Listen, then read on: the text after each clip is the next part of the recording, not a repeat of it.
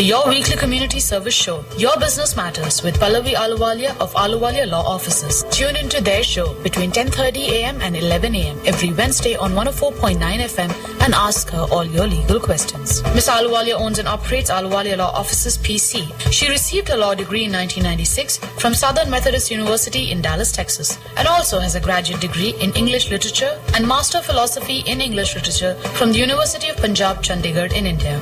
Ms. Ahluwalia is also a certified mediator and has served as an appointed mediator for Collin County Courts. In addition to regularly volunteering at legal aid clinics hosted by the Legal Aid of Northwest Texas, Ms. Ahluwalia serves as a legal advisor to Chetna, a non-profit organization working on issues related to domestic violence. She also spearheaded and participated in the inaugural annual legal aid clinic that was held to benefit the underprivileged South Asian community. Ms. Ahluwalia also served on the North American South Asian Bar Association's Executive Committee and is the founding president of the South Asian Bar Association of Dallas. Her speaking engagements have included being the speaker at the National South Asian Bar Association's annual conference, speaking at the conference held by the Texas chapter of the American Immigration Lawyers Association, and a presenter to the Indo-American Chamber of Commerce activities. She has been featured in Texas Lawyer magazine for an article on law firm ethics. Ms. Ahluwalia speaks English, Hindi, Urdu and Spanish. Her office handles cases involving immigration and naturalization law, family law, business law, contract law and civil litigation. She can be contacted directly at 972-361-0606 or pallavi@yourdesilawyer.com. This is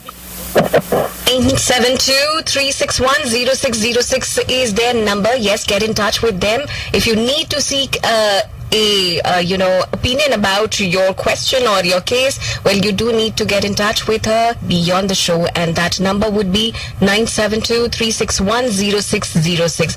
For the questions that you have right now that you would like to ask on air, the number in the studio 972-235-5555. This is Your Business Matters with Pallavi Ahluwalia from Ahluwalia Law Offices. Once again, do want to mention to all of you, if you have any questions related to employment and family-based immigration matters, family law, corporate law or civil matters, give us a call right now, 972-235-5555.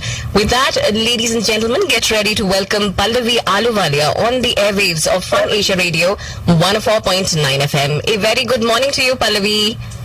A wonderful morning to you, Mr. How are you doing? I am doing very fine. How about you? Very well. We're here, as always, on Wednesday mornings to be able to answer questions for the community. Whatever your question may be, please bring it on. We're happy to answer it here on the air.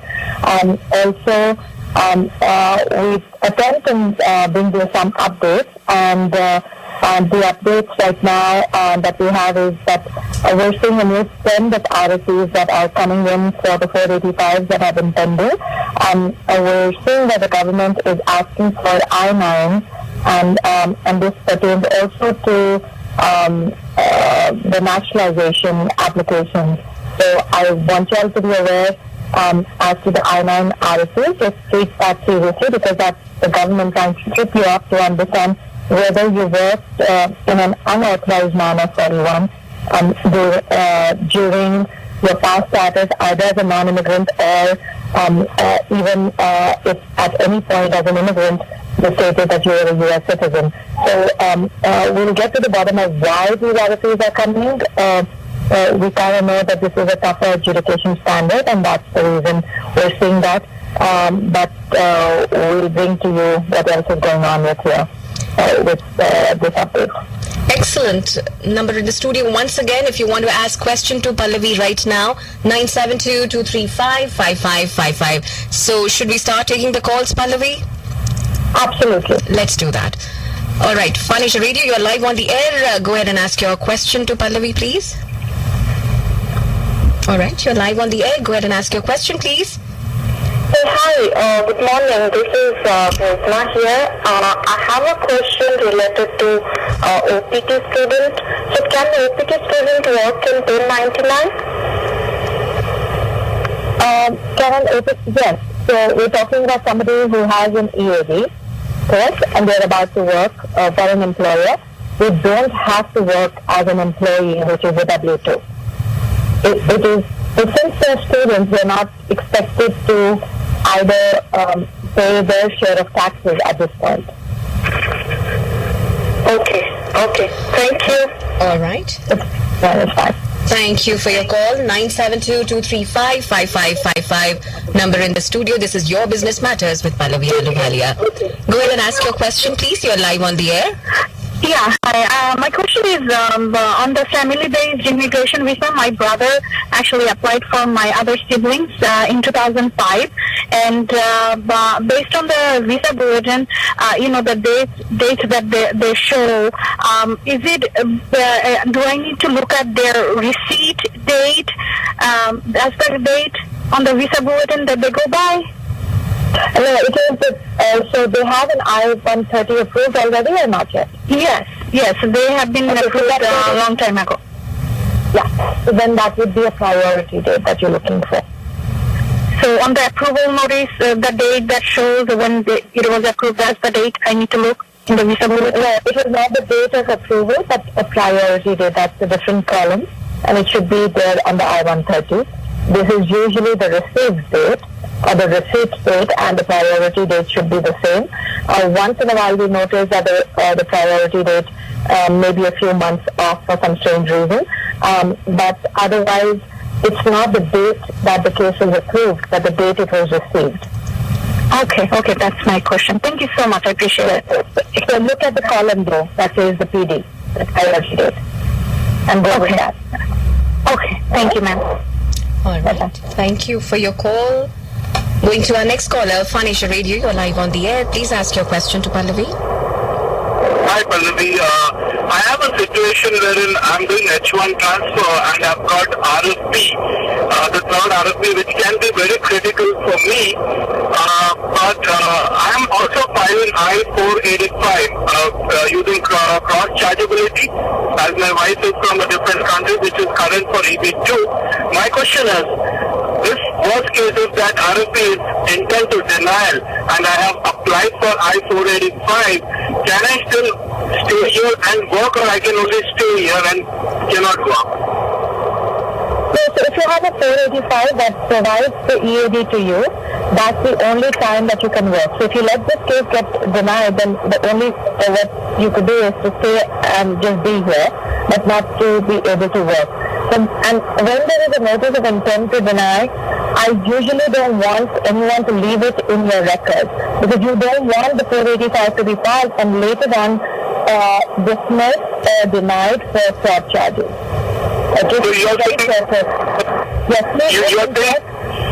you're saying to apply for RFE denial, 485, right?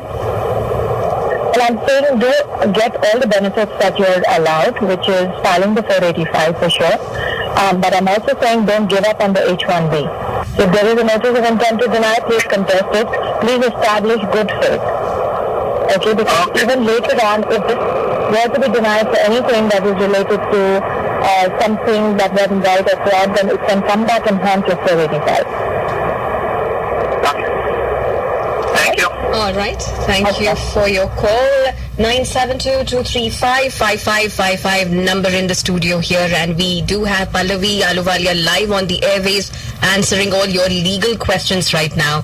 Going on to our next caller, Fanisha Radio. You are live on the air. Please ask your question. Hi, good morning. My wife filed for H4 EAD, and we got an RFE for the signature, and we submitted that inquiry on April 17th. So it's been more than 2 months, and we are still waiting. So what would be our next step? Just to keep waiting? Or? Yes, you have to just wait. So if there is an RFE that just resets the predicted time, I don't know when you had filed this first. What was the date of filing? Was that after January 19th of 2017, or was it prior?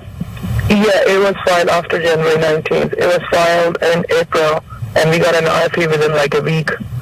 And yeah. So the adjudication time anyway from January of 2017 changed to 6 months instead of the 3 months. Okay, that's one issue. All right. Okay. And so you're not even up to the 6 months currently. But any time that you get an RFE that resets your due date. Okay, so it's reset from April 17th, and they received the response from us? Yes, and that unfortunately is a grace period where we don't know whether it is going to be 6 months from the date that you received your RFE or it's just a general delay. But just be prepared for anyone that is filing the EADs after January of 2017, you are going to have a longer processing queue, and that is about 6 months. Okay, all right. Thank you. And can we make a service, like a request or something after a few months if you don't hear? I can't suggest that because it is not past its processing time. A service request is allowed when it has gone past its processing a particular time, but at this point it's not. It's within that 180 days mark. All right. Thank you so very much. All right. Thank you for your call. Going to our next caller, Fun Asia Radio. You are live on the air. Please ask your question to Pallavi. Hi, my name is Shrikant. I have a quick question. Like, my one family is abroad, maybe like, in 2015. So my question is, in case if I go back to my home country and return, can I come at that time with one part approved? You're going to your home country with what status, sir? I missed that, sorry. I'm on H1. You're on H1B. You have an approval on your H1B? I have. Go ahead. Yeah, and my one part is approved, and currently I'm done with my 6 years. Okay. But your H1B is approved for AC21 purposes for the 3-year period after the I-140 approval, correct? Correct, yeah. Yes, so no issue. So, no. My question is, let's say, right now the current date is like somewhere in 2008, right?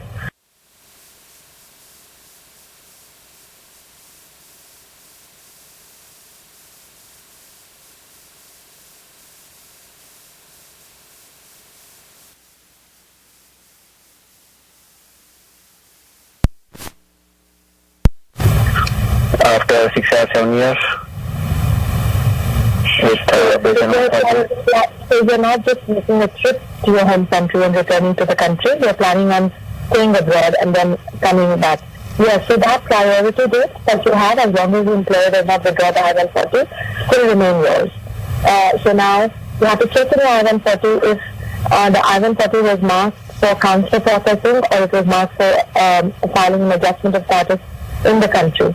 So you have 2 options. Number one, at any point you can use that I-140 and get 3 more years on your H1B based on the principles of AC21. That's number one.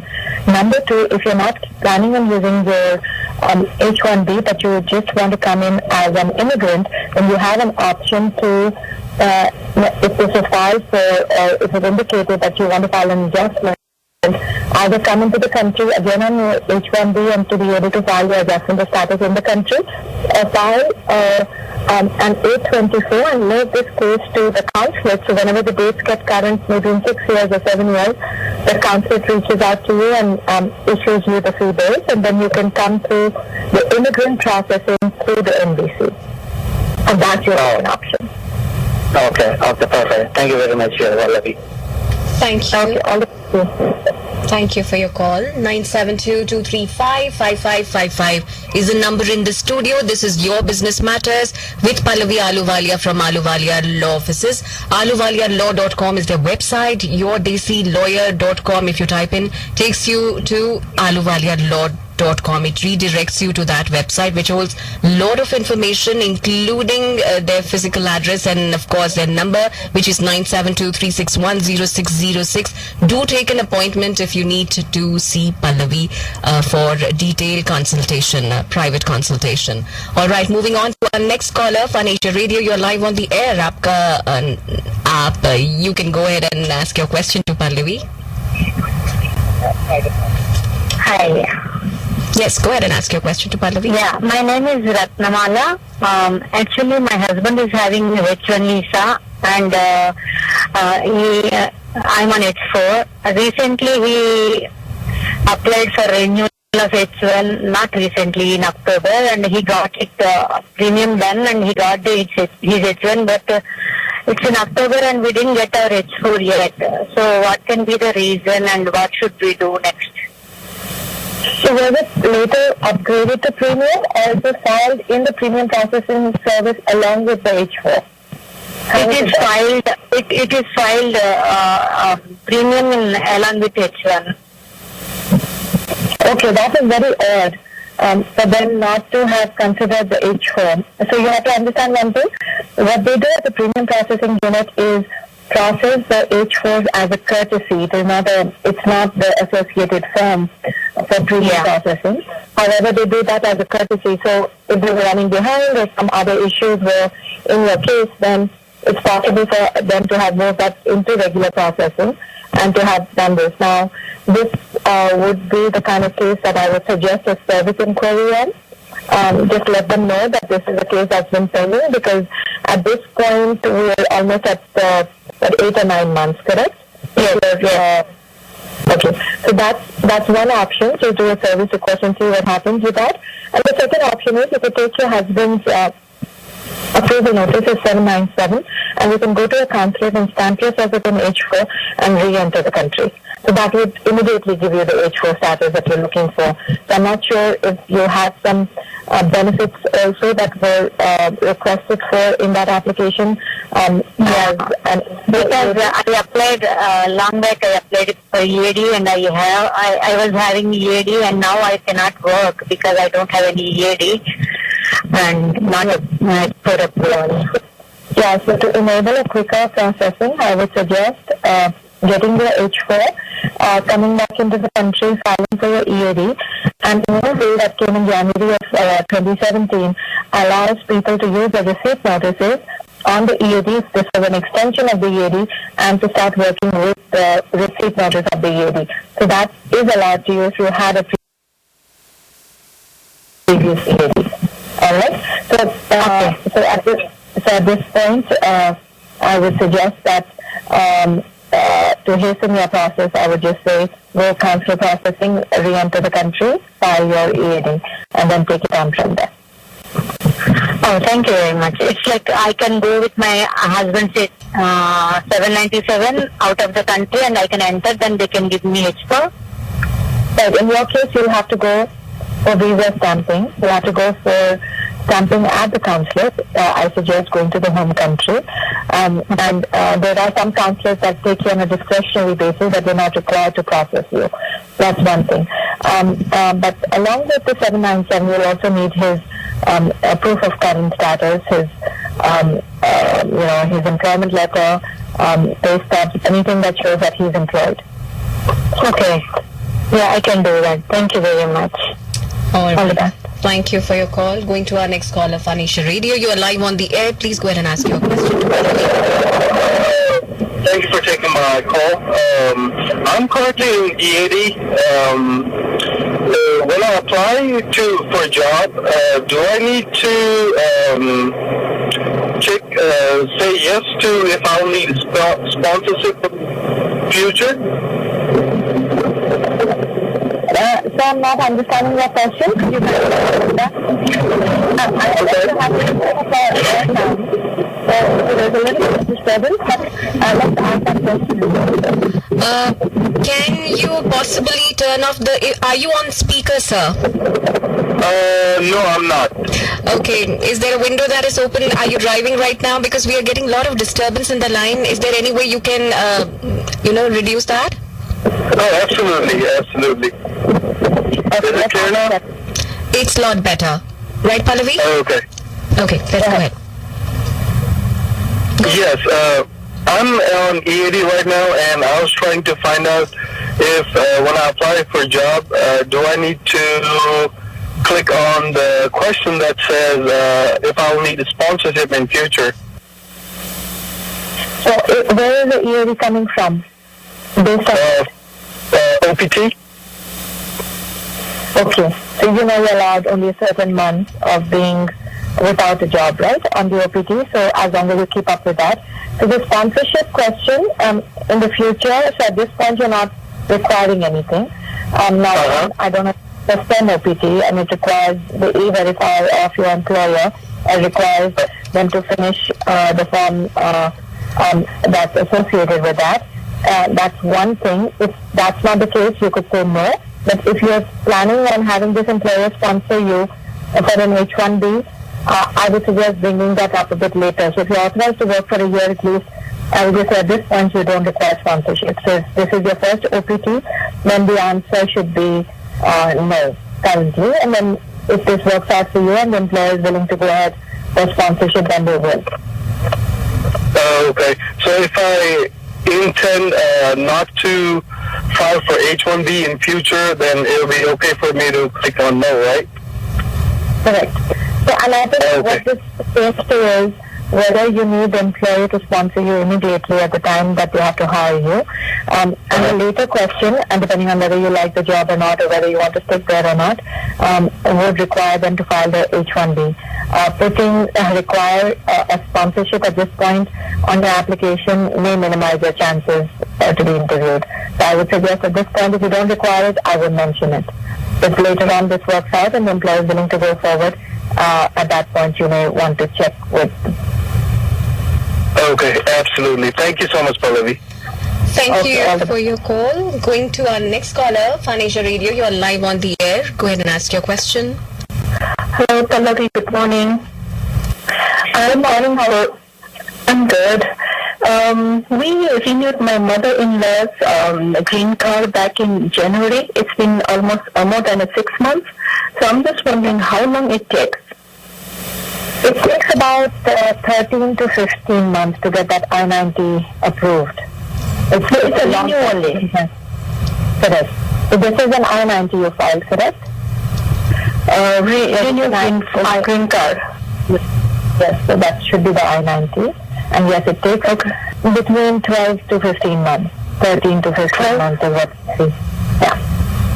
Okay, and another question is, so she wants to go back, so if she goes back, then what happens in the airport? Do we need to have a green card or? Yes, she does need to have. She can go and she can travel. So there are a couple of things that are done. Typically at the time of her biometrics, they should have extended the physical copy of the green card. They should have added or punched in another, either they do it 180 days or 1 year onto that card, and that should still be valid when she comes back. That's one option. The second option would be for her to go to InfoPass and get that stamped on her passport, and then she can travel based on that.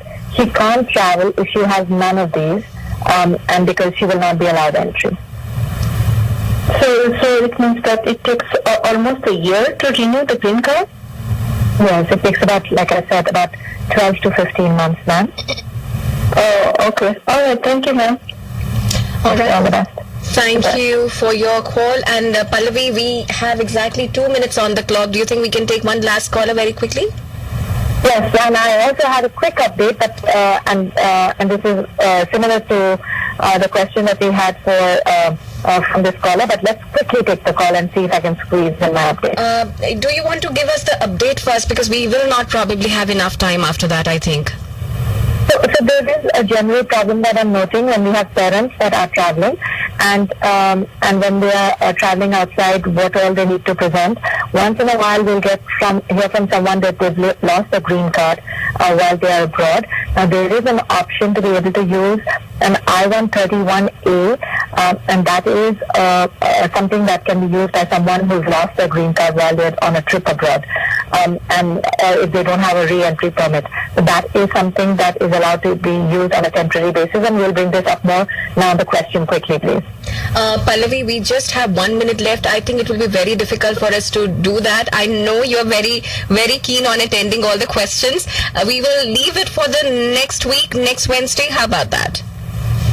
All right. We apologize to the person who is waiting here on hold with us, but we promise to be back as always on Wednesday morning, and hope to answer your question then. That's right. Thank you, Pallavi, and thank you for coming on the airwaves of Fun Asia Radio as always. Always a pleasure to have you. Thank you so much, Mitu.